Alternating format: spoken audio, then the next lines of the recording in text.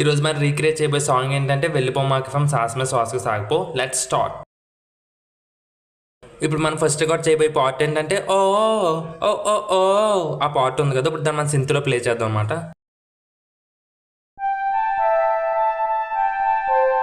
ఇప్పుడు మనం 5 layers of since record చేయాలన్నమాట బ్యాక్గ్రౌండ్ కార్డ్స్కి.